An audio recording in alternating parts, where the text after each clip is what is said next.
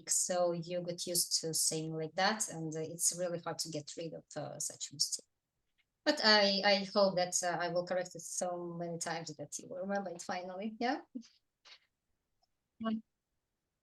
Okay, that's good. The first one has managed already. Well, and for today you also had to write these introductions. Yeah, have you chosen the topics, all of you? Well, I see. Yes, because in this unit they told you how to write the introduction, and you had to prepare your own introduction. Think about the topic you are going to speak later on. In next unit, they will speak about the main body of presentation. Then you will write the second part of your presentation, and finally you will get the whole presentation. You will create the slides, perhaps following the advice given in this TED talk, and then you will present it as a result. Not today, yeah, but later on. So for today, it was the introduction. I'd like to know who prepared, how many students prepared for today. Okay. Yes, it's from that unit, but you had to write your own introduction. They asked about food and some food habits, but I told that you can choose any topic you like, yeah, from your sphere of interest, from your scientific area. So I do not limit you here. Okay, so Ivan wrote, Vladislav also, I suppose, yeah, because he Yeah. always writes what I ask to write. And others, Philippe, Kostya, Bogdan, have you written? Didn't. I'm You sorry. didn't? Okay, and you didn't send me the previous tasks. You promised. I didn't finish them all, so I'll send them when I'll finish them all. But try not to be too late because we have this diploma works defendants, and I will be really busy, Yeah. and I will not have Yeah, time. okay, I'll try to do it soon. Yeah, as fast as possible. Okay. Well, Kostya, what about you? No, I didn't solve this task, so I make it later. Okay, we didn't write it in the Telegram, but it was in our book, yeah. Bogdan, perhaps the same situation because you were not at the lesson. Yeah, the same. I didn't send them. Mm-hmm. Okay.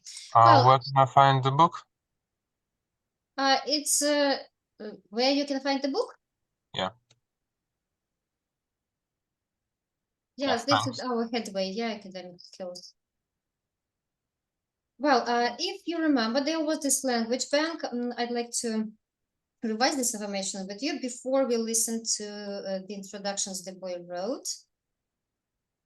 So this is it. This is the book. And here you can see language bank. Yeah, so they give you some useful language that you can use while writing your introduction. Let's look at that. Those phrases, look through them if you didn't read that yet.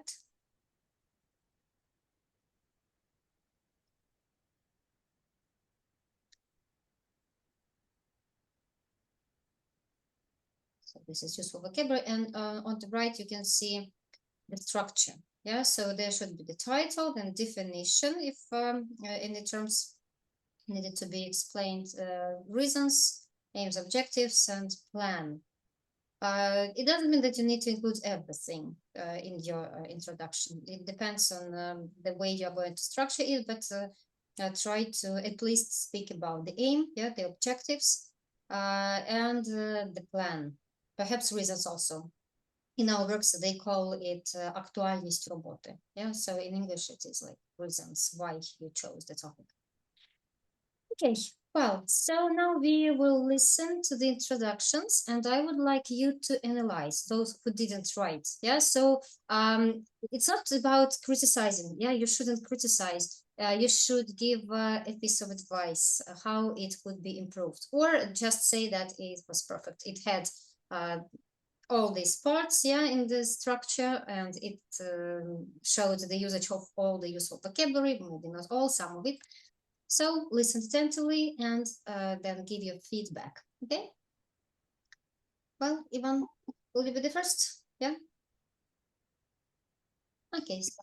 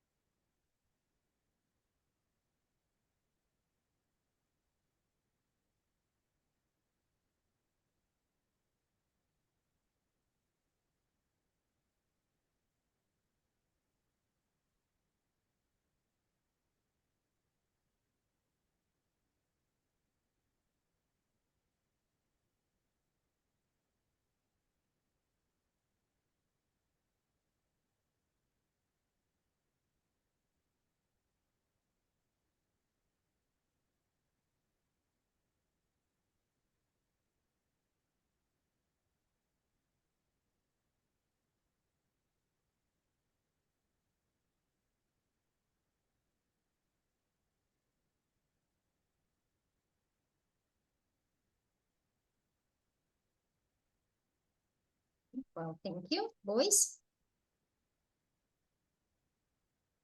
Your feedback. Who wants to? Kostya, would you like to? It was done exactly according to plan in the book, so I think it's good. Maybe in plan must be slightly shorter, but it's good, I think. Okay, so all the main points are covered, yeah, in the introduction. Yes. So, in your opinion, it is successful, yeah? Yeah. And were you interested? Would you like to hear the rest of the speech? Because it's only the introduction now, so later on, Ivan will have to speak in more detail about that.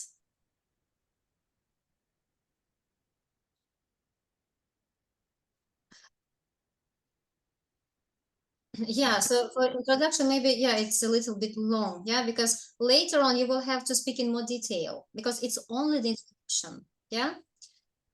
Yeah, so what about being interesting? Is it interesting? Yes, it is interesting nowadays theme about VR, AR, mixer. So yes, it's actual and interesting. Engaging, yeah, you can say. Yeah. Okay.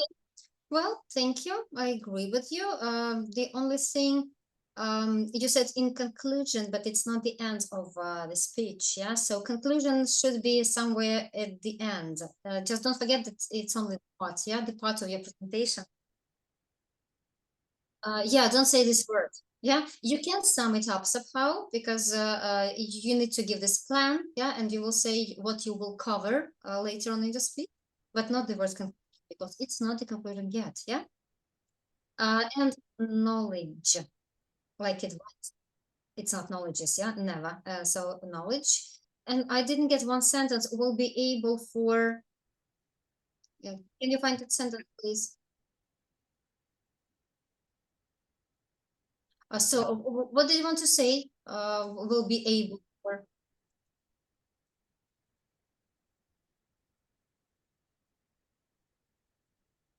Affordable. Then it's affordable is better than able. Yeah? Because able is availability, yeah, and if they can buy it, they have enough money for that, and then it is affordable, yeah, it will be affordable for every. Okay, well, thank you very much. Then Vladislav, your introduction, please. Boys, be attentive, listen attentively. So I choose the same topic in the task, alternative therapy. Good afternoon, everyone. My name is Ladislav, and I'm delegated to be here today to share with you an intriguing topic that has been gaining momentum in the realm of healthcare. Alternative therapy, often referred to as complementary or holistic medicine, is usually defined as a set of diverse and non-traditional approaches to healing that extend beyond conventional medicine practices. Why should we discuss alternative therapy? Well, I think it's crucial to explore the unconventional methods because they offer a unique perspective on healing, one that considers the whole person, mind, body, and spirit. My aim today is to shed light on the principles and practices of alternative therapy. In my opinion, understanding alternative therapy is not just about exploring unconventional methods. It's about broadening our perspectives on health and well-being. First, I look at the various definitions and principles that underpin alternative therapy. Finally, I hope to outline how incorporating elements of alternative therapy into our lives can contribute to a more holistic approach to health. So let's embark on this journey together as we look at describe and discuss the fascinating of world of alternative therapy.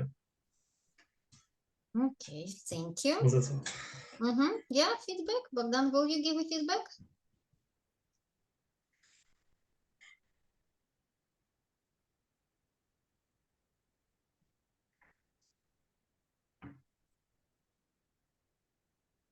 Okay. We can.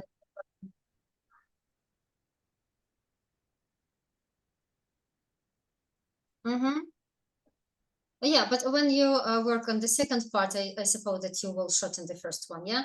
Because you remember about this attention span, yeah? People will not listen if you speak longer than 15 minutes, yeah? So you need to keep them engaged in this topic.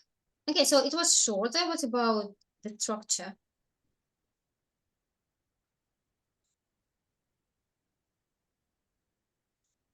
Okay.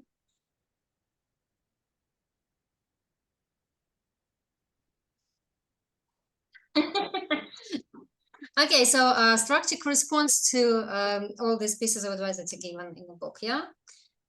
Okay, yeah, but Vladislav, be careful with this journey because ChatGPT loves the word and it writes about journey in educational process or journey in medicine. Everywhere it's about journey. So try to avoid that word, okay?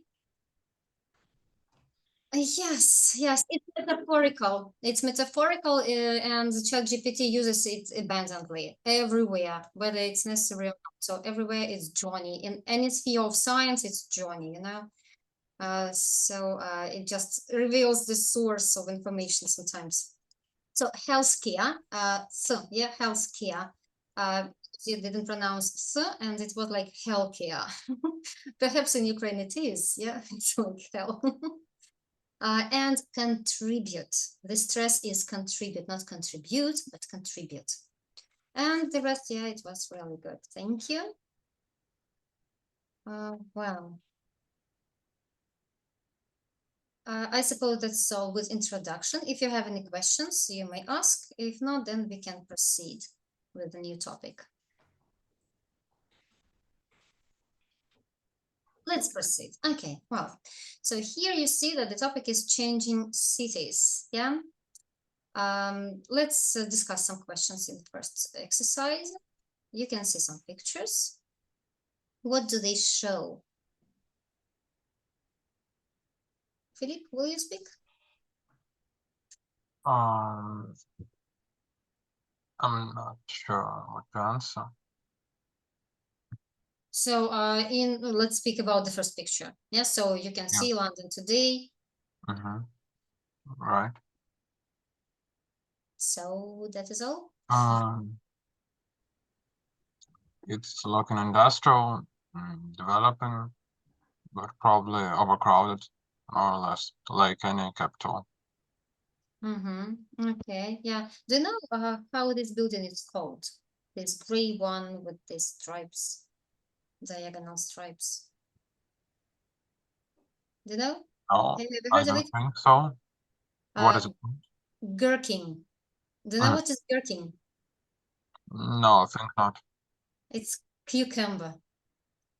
By the way, in Britain, they do not use the word cucumber because for them it's like cucumbers that we have in supermarkets in spring. Those long, yeah, which are not delicious. They don't have any smell at all. So cucumber is like that. And gherkin is small cucumber, the ones we buy at the market in summer. Yeah, so the ones that just grow in yes, gherkins. Yes. That grow on the ground, yeah, in the open air. And this building is called like that. One of my colleagues, she was in London, and then she wanted to find this building and asked, "Where is the cucumber?" And the woman who was passing by said, "Which cucumber?" "Ah, gherkin. You mean gherkin?" So then she showed the building where it is situated and how to get to it. Okay, so we see the capital, we have Tower Bridge, yeah, here, and all other sightseeings and landmarks that can be found in London. Well, next picture, life in the 19th century London slums. What is a slum, by the way? How do you understand that? Slum. Second picture, yeah, and this the words which are down here, slum, the last word.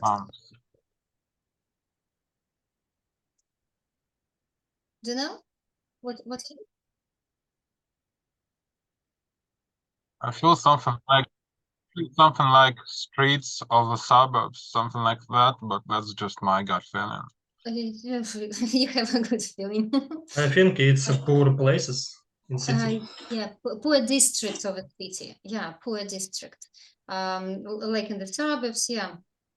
Okay, so here we can see the life of poor people, yeah, and a busy street in the 19th century. Is it different from slums? If we compare these two pictures.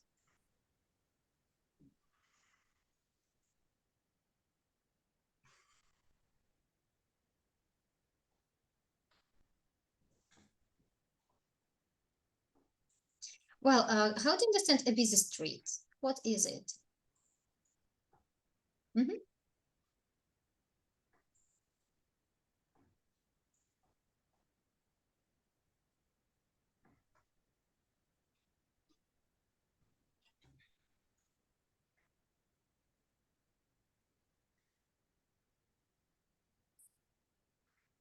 Yes, yes, but we see the 19th century, and in slums, there is no movement like that because it might be even dangerous, yeah, because this is the poor district. So here you can compare different parts of London in the 19th century. People in slums didn't have money, and I suppose that the crime rate was really high in those districts. Okay. Why do people move to cities? It's not about the 19th century, yeah, it's about modern world and perhaps previous century. In Ukraine, you know, lots of people thought that it's better to live in a city and not in the village, yeah? So why? What are the reasons why people move to cities? Well, Bogdan, will you try?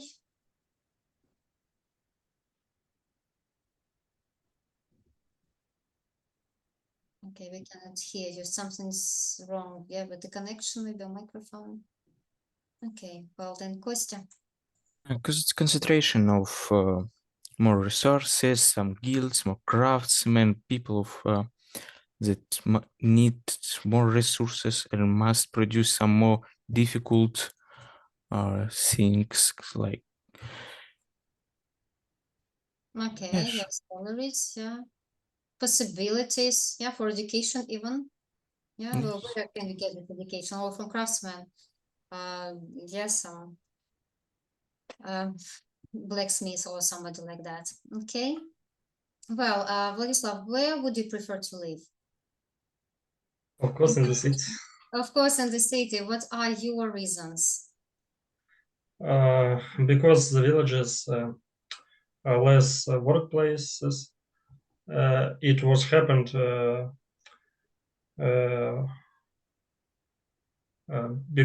is a technological revolution. Because of Because technology. because of Revolution. Okay.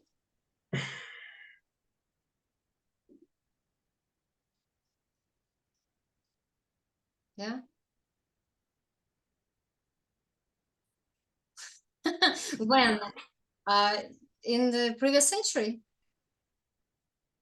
You know, in Soviet Union, they started giving passports to people living in the villages only somewhere in 50s or 60s. People didn't have passports and they couldn't leave villages, so they were doomed to stay there. And you're speaking about Zoom, yeah, yeah.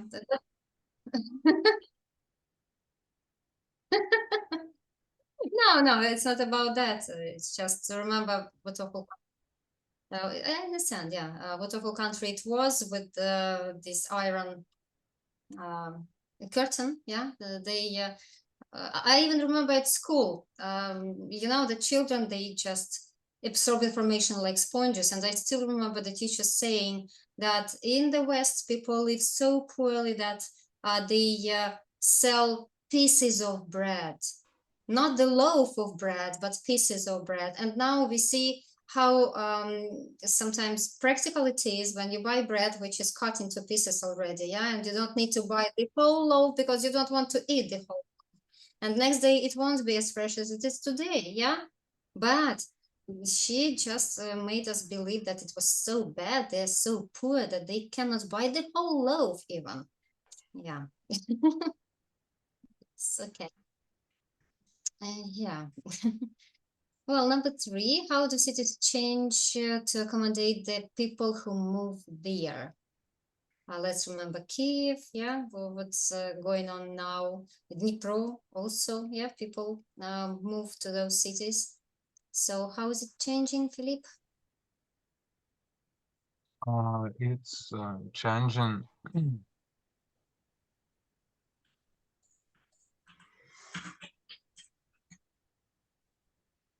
So what is happening when more people move to the city? It becomes crowded, overpopulated.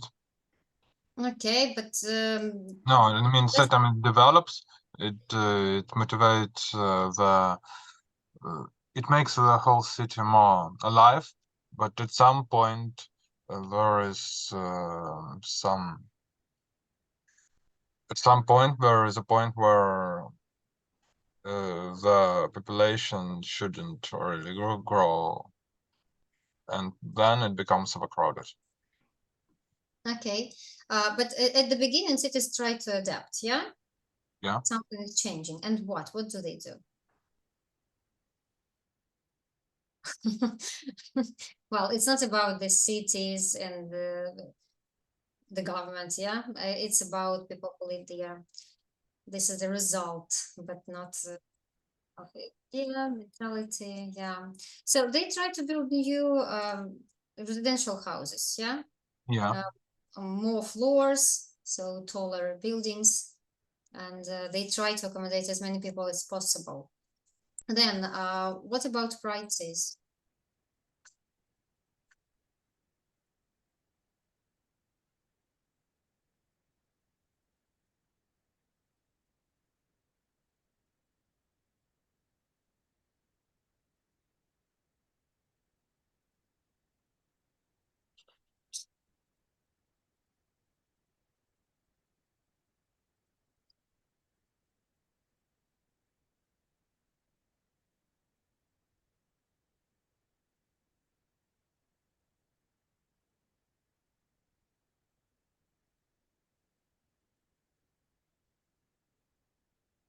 Yeah, because of the demand. Yeah, demand is growing, and that is why the prices are also growing together with the demand. Okay. Think of a city you know. How has it changed? Kostya, can you speak about any city on your mind? How change it? Not so long ago was just several villages like Uznesenivka, something in Kichkas, and fortress, military forces like Alexandrovsk's fort, something in old city, and then it's just industrialize, how did industrialize Got industrialized. and get many investments, and as I continue this politics, more buildings, more people, and just grow most like industrial place. And even now it's like mostly factories and just several living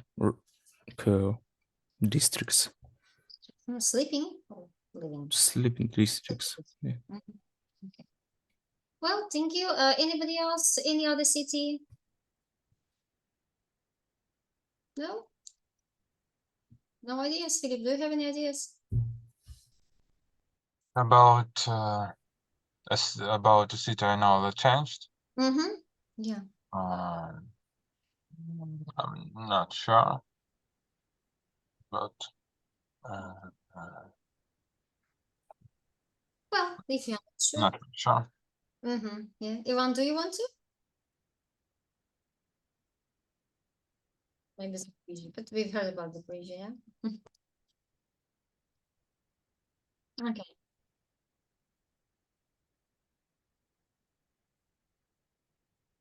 Oh, yeah. The roads are being repaired.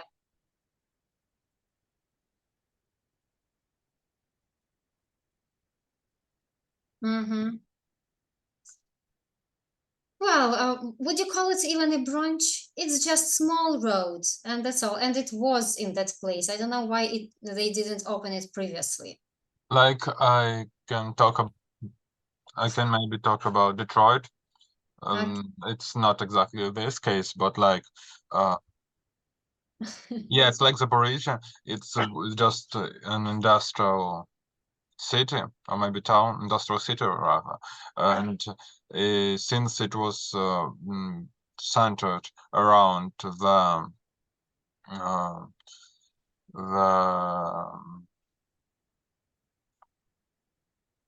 how to say the word? Plant or Yeah, it was centered around the factories. So when some of them became bankrupt or became closed for some reasons, or just some technologies that were used were shifted into past, so some of the factories closed, and now it's not really a dead city, but it's moving to the direction.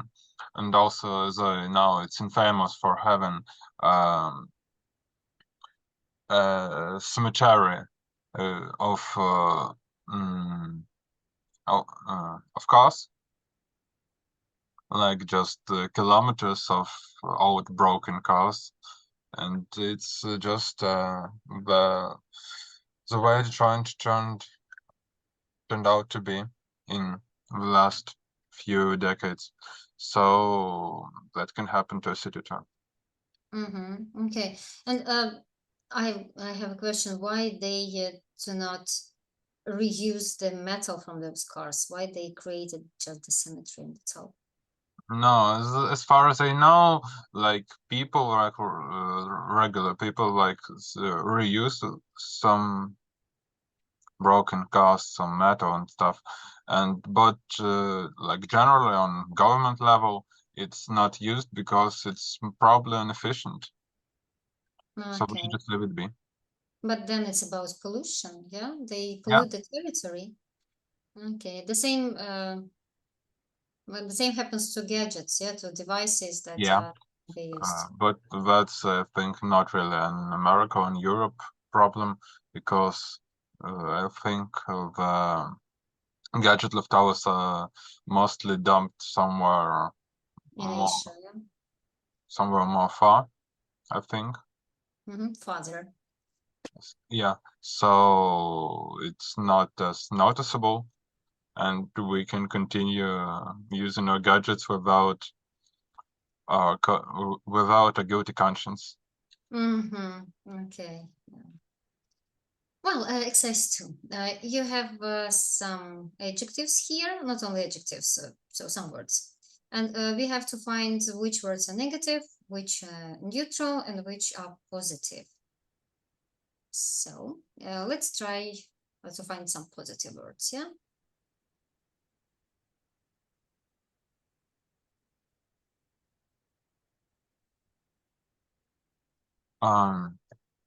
So the negative are polluted. Okay. Sophisticated, I think it's kind of neutral, but it depends on the context. Yeah, it can be positive. Yeah, it can be positive. Filthy, also negative. Slums, overcrowded, like probably suburbs, it's, yeah, more negative too. And sprawling and bustling, I don't think I know what it exactly means. Okay. Anybody else? Do you know what is sprawling?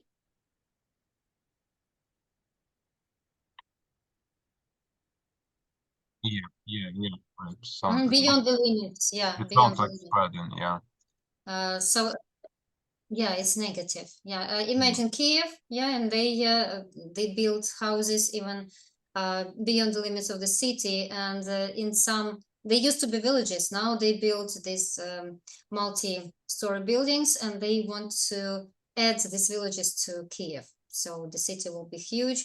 People already have to travel 2 hours to get to work, to commute to work, and it's awful. Okay, so sprawling is negative, and bustling. Yeah, we have the word bustling. What does this mean?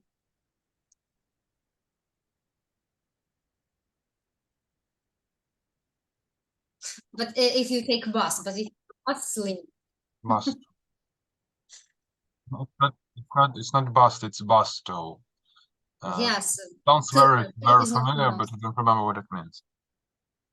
Okay, so it's about very active life, lots of activity, bustling, full of activity. So it is Yeah, I positive. see, it's positive. Mhm. Also, what is congested? Congested. Well, any ideas, boys? What is congested? Well, it's not about teeth at the end, you know.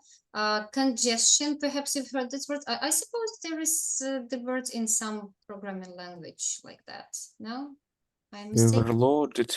No, not really. Kostya, what did you say? Overloaded.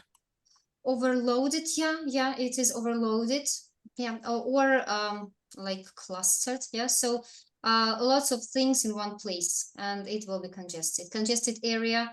When there is traffic jam, we can say that it is congested. Yeah, the road is congested. So the word is negative. Yeah. Yeah, I see. What else do we have here? Okay, suburbs. What about suburbs? Positive, negative, neutral. Suburbs are the regions of city that are like borderline to the city, that are like they're almost not a part of the city because they are like much less developed and much less taken care of, and they're mostly in like borders, and they're mostly based on the borders of the city, not in the center. Okay, but it doesn't mean that it's negative, yeah? It's just the part of the city. It's which not. is It's called- neutral, I think. Yes, it's neutral, yeah. It's just that usually the word suburbs is used in some negative context, but Mhm. not always, but pretty often, I think. It might be, why not? Because quite often criminals live there, yeah? Yeah. Okay. Yeah, I mean, the mostly it's used in the news. In the news, it's used to do some criminal activities. So the public perception could be like this, but it doesn't mean it's bad to live there. I think it's negative because it's not natural to human live in the suburbs. We need more space. We need green grass, trees. We need open spaces to see skies or something. So if we have much buildings, low prices, low quality of living space, then we have заболевания, diseases, criminals, or вредители, like rats insects or mouses. Hmm? What? Didn't hear the word you said. And after that? Like rats or mouses. Uh-huh. Okay, then it can be pests, yeah? We use pesticides to kill them. Yeah. Okay. Well, but I suppose Baburka can be called suburbs, so I don't think that it is the negative or there are some pests or something like that. So it's just the part of the city, yeah, the district of the city. So I think it's neutral. Yeah, if we speak about slums, then yes, then it has negative connotation, and it means Okay. really poor district with a high crime rate, yeah, and things like that. It can be anywhere. They say that in the United States, if you just take the wrong turn, you can find yourself somewhere in the slums, yeah, very dangerous district of the city. I'm Okay. sorry, I just don't know the difference between suburbs and slums. Ну, slums трущоби, а suburbs передмістя. I think suburbs это трущоба. Sorry. On the contrary, yeah. So you were speaking about slums. Yeah. Okay. Well, exercise 3, Vlad, will you do it, please? So I can try. Yeah, because I understand that it's difficult. Task 3. Yeah, London was founded by the Vikings. the Vikings, you think? No, it was even earlier by the Romans. Um, Okay, number 2, Ivan.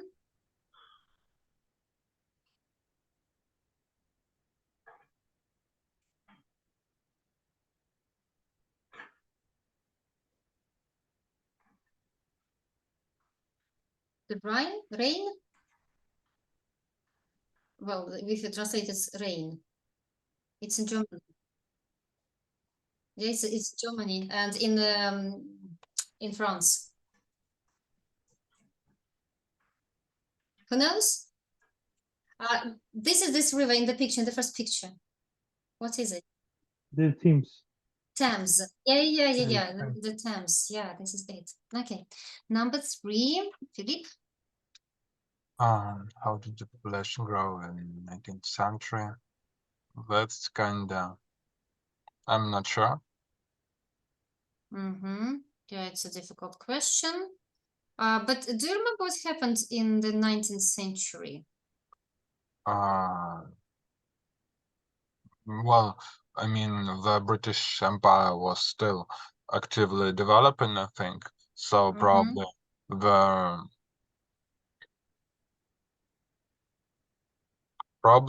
London was also actively growing. It's Okay, and industrial when I revolution. mean, not even the British Empire. It just was the overall growth on world's population. So probably London's as well. Okay, Bogdan wanted to tell us something.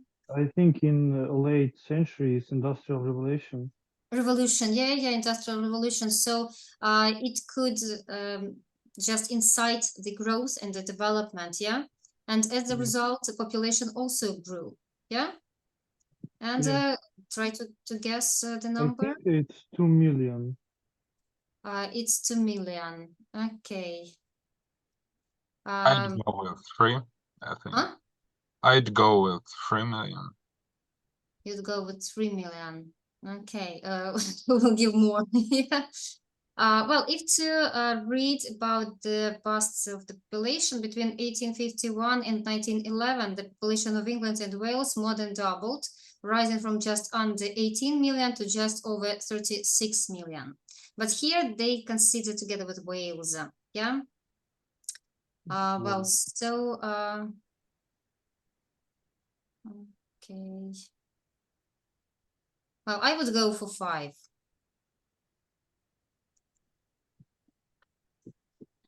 5 million. Okay. Yeah. Well, and number 4, Bogdan. Subway. No. Did you say 36 million? 36 million, it was the result, but here you see growth by. By means more. only the number which was added, additional number. Yeah, but it still sounds like too much. Like the current London's population is like 9 million. London population grew from 1 million to 6.9. So 6.9 minus 1, like it's 5. Sorry, 5, yeah, 5. yeah, 5 plus. 5 million. Okay, thank you. Well, and number 4, how does the London Underground railway I system? think subway. No, I The think it's subway, called, it's in the United States, it's yeah? called the metro, I think. The metro, no, it's not the metro. Tunnel. Huh? Just tunnel. The tunnel. No, the tube. But why? Yeah, I mean, the tube is probably the like individual name of that exactly is the railway system. But generally, am I right that metro is more British way to name subway? Well, general, yes, but it's about London Underground. Yeah. Sure.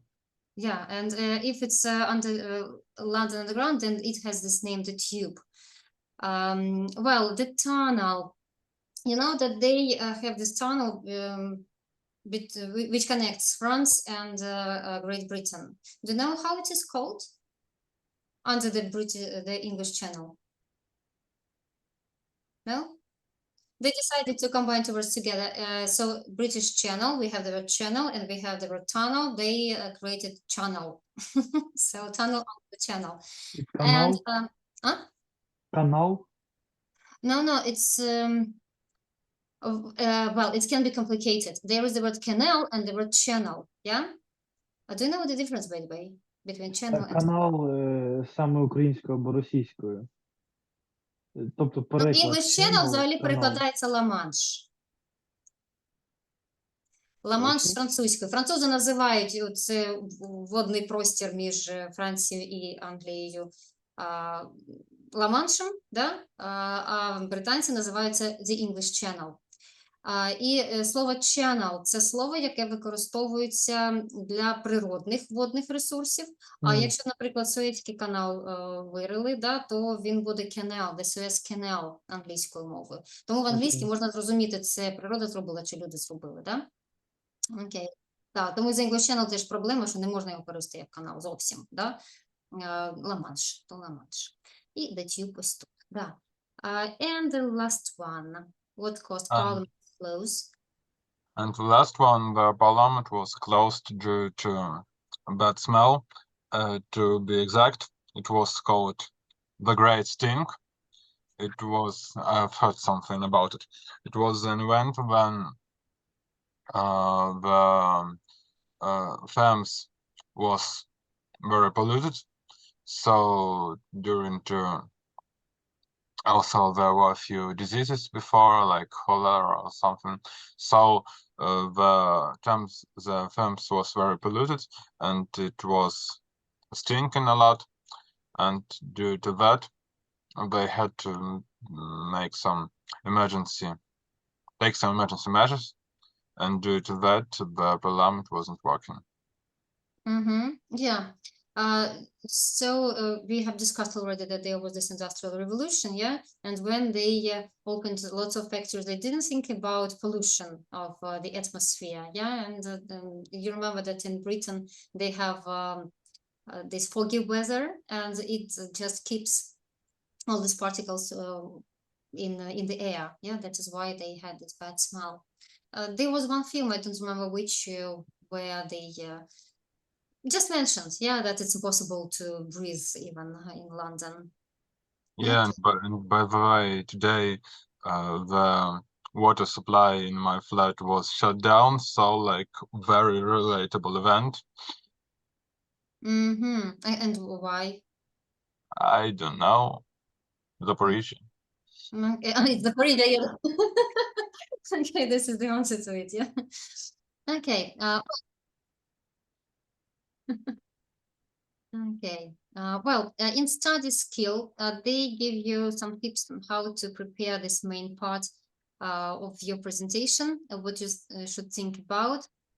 So the two questions you have to ask yourself: what do I know about the topic? What don't I know? What would I like to find out? And after that, you start answering these questions and writing your presentations. So it will be later on, yeah? Well, exercise 4, there is an extract from a book review, and you have to answer the questions after reading it. So I'll give you 3 minutes to look through and then answer the questions, okay?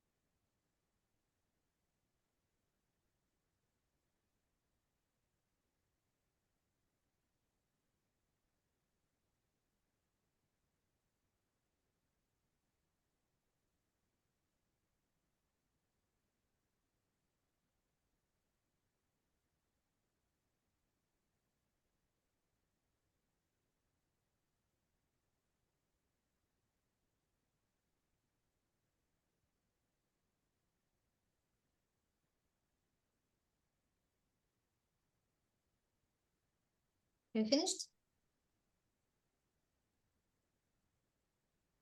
Okay. So, who is Martin Holt? Bogdan, can you answer the question?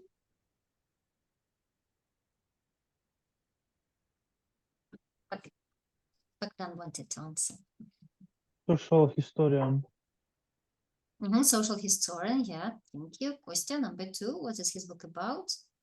About how blossoming megacities correspond to cities who grow in past, like new megapolises and their rate to grow, and Which, yeah, the About cities. importance how this of correspond to infrastructure. past. Yeah. Well, Bogdan, did you say something? About importance of infrastructure. Infrastructure. Okay, yeah. So not only importance of infrastructure, it is connected with migrants, yeah? So what happens to new migrants from rural areas? And then the infrastructure is just the consequence, yeah? Okay, number 3, Vlad, please. In Martin Holt's opinion, what do successful cities do?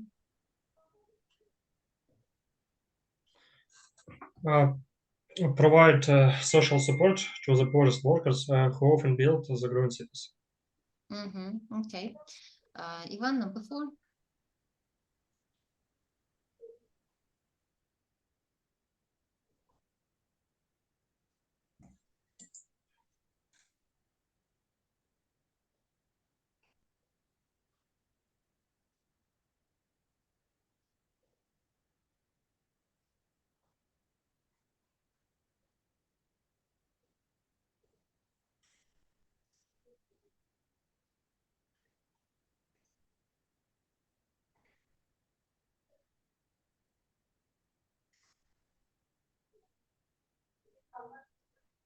Pharmacy. Pharmacy.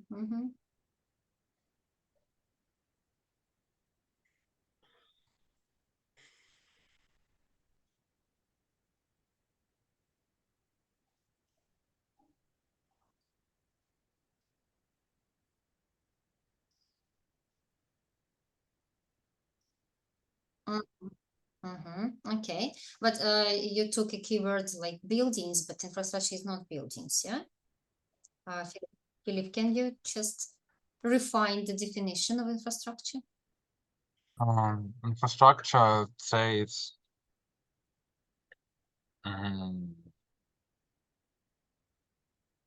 it's everything that connects the most important points, places of the city, I'd say.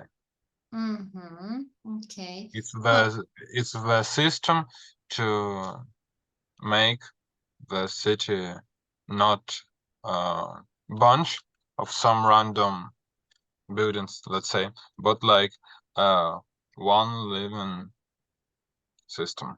okay, or it makes the city function properly. Yeah. Yeah. Okay. Well, yeah, system is a good word. Infrastructure is blood vessels of the city. Yeah, metaphorically. Yeah, that's really good. We didn't discuss this picture. Do you know what is an omnibus?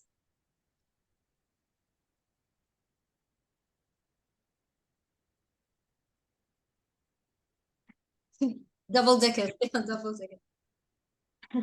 Yeah, it's public transport back in the 19th. Yeah, public transport. So they travel.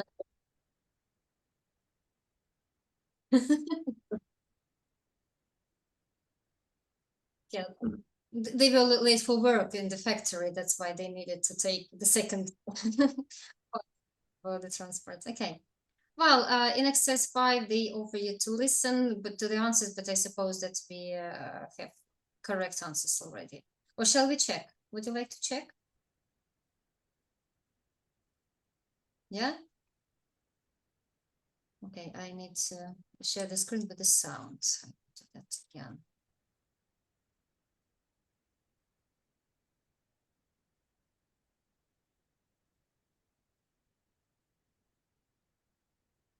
Not sure about the number of recording.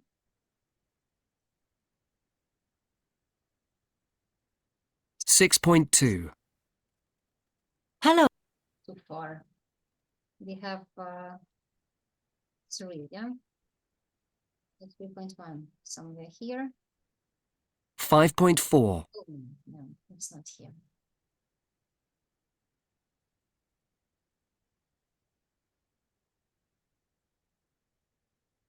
.4. It's longer. You can 2.6. 2.7. 2.8. 2.9. 3.1.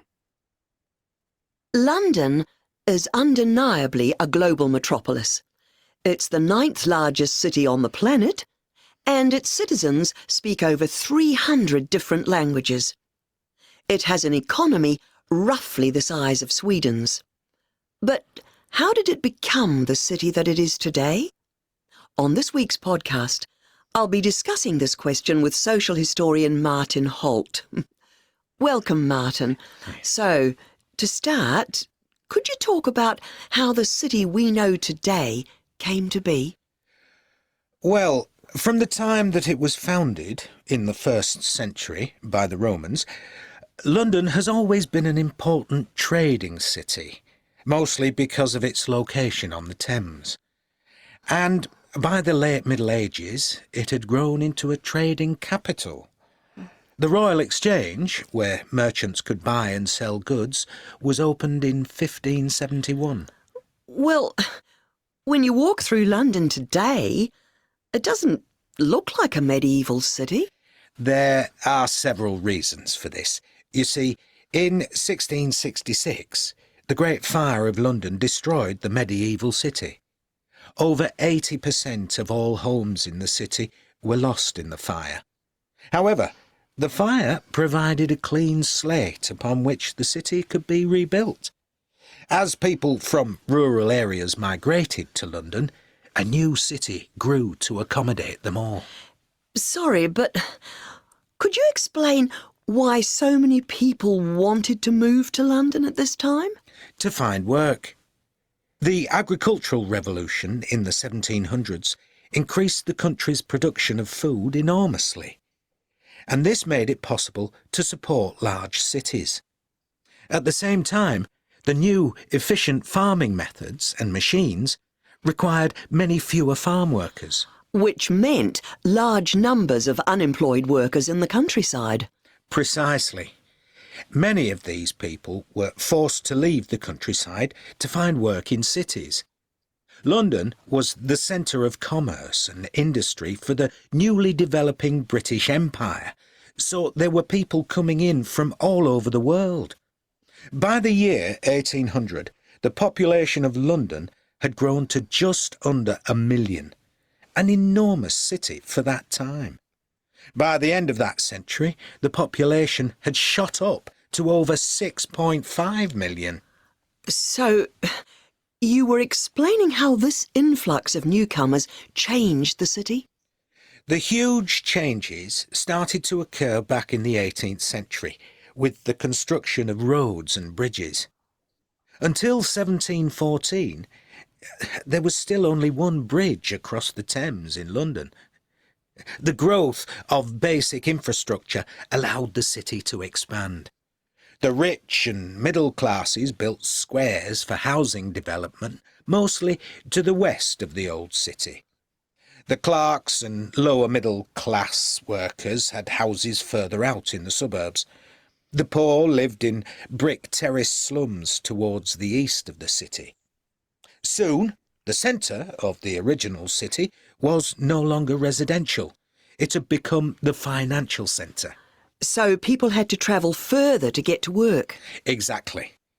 The development of London's public transport system was crucial to its development as a city.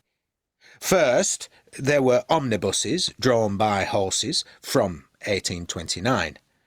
However, they were too expensive for the average worker. The poor walked, which meant the streets were often congested with pedestrians. The author, H.G. Wells, described the crowds in London as a great mysterious movement of unaccountable beings. That does sound like London. Euston Station The first railway station in London opened in 1837. People could live further from the centre where they worked. And more workers were needed at this time, specifically for projects such as building the railways. This happened again in the 1860s with the construction of the London Underground, the Tube, the first underground system in the world. OK. So, can you tell us about some of the challenges that this expansion of population in London brought? Well, aside from the challenge of getting people from their homes to their jobs, perhaps the most obvious was the poverty. The streets were filled with beggars. Often whole families had to work long hours in factories in dreadful conditions. And of course, disease was still an enormous problem in Victorian times. Cholera was endemic due to the unsanitary conditions in the city. There was no sewerage system. People used the river, which had become very polluted. In fact, the summer of 1858 is known as the Great Stink. The Great Stink? Yes, because the city smelled so awful. So awful, in fact, that Parliament had to close down. In response to this, an engineer named Joseph Bazalgette was tasked with building a sewerage system for the city.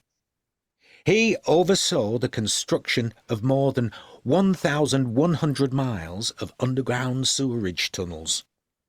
Cholera disappeared from the city very soon after this, and Bazalgette received a knighthood for his efforts. Interesting. So, can I ask you to comment on parallels between London and today's developing cities? Well, I think growing cities today face similar challenges. For example, Okay, it turned out to be long, yeah? So we guessed all the answers, but I wasn't right about the causes of bad smell, yeah? Did you hear what was the cause? No? I may miss something, some things that were mentioned, but I just read the whole article about the Great Stink right before that, so I can basically tell about that. So the main problem was London didn't have a sewer. The London sewer was, at the moment, was just going right into Thames. And it was like that for a few centuries, and the situation was worsening from time after time. And exactly in that one summer, it was a very hot summer, so it was like 30 degrees in the shadow and like 50 on the sun, so it was like enormously hot. And due to that, some water level slightly lowered, so the beaches were a bit exposed, and there were like just huge fecal masses, and it was so bad that Queen Victoria and Prince Albert tried taking a walk near the Thames and just couldn't last more than a few minutes. So it was the same for Parliament, because some of the windows were going out to Thames, and they just couldn't walk. So they didn't walk there for some time. And the engineer Bazalgette was he developed the new sewer system for 15 years, and by the end he can be claimed to be he can be considered to be the politician that's from the era that saved the most lives. Because he stopped the cholera epidemic, yeah? Yeah, and because his system basically still works to this day. Okay, sewage system, yeah? And Yeah. when they about the sun, staying outside, it's in the sun, because on the In sun the sun. it's In directly the sun, yeah. on that star. Yeah, so it's really Yeah. hot sun. Okay, well, thank you. Do you have any questions, boys, concerning this one? Maybe you didn't hear something, or have you heard everything? I heard the word clerks. What does it mean? Clerks? I'm not sure in the context. Maybe it's like clerky. It is written, well, because there can be, yeah, clerks. It is written like that. It is spelled like that. They could have taken omnibuses, yeah, to get, Like office workers. yeah, like office workers, yeah. Mm-hmm. Yeah, and also that event was very important for another reason, because by the time the leading theory in epidemiology was the theory of miasmas, like that the diseases are caused by smells. So Mm-hmm. basically, that was the main reason why people were so concerned, that they thought that they feel that bad smell, so they're gonna die from a disease and such, and otherwise they won't even bother, I think. So and after this, and while this sewage was under construction, another few cholera outbreaks happened, and they happened only in regions that weren't connected to the sewage, and thus the medicine science was finally able to understand that it was because of the water, not because of the stink, and so the epidemiology began to exist since that point. So there was also Water should be clean to prevent diseases. Mm-hmm. basically. Okay. Yeah. Well, thank you. Really interesting. Okay. Well, so what you will do at home, you will take pages 22 and 23, I suppose. Okay. Mm-hmm. Well, and you shared the book, yes, so everybody can find the pages. Okay. In one of the groups, they asked me just to send them screenshots of these pages, because they cannot find the pages even when they have the book. So if you need, I can send the screenshot. Sure. Okay, well, if you have no questions, then have a good day, the rest of the day, and see you next week. Yeah, thanks. Bye. Bye. See you next week. Goodbye. Thank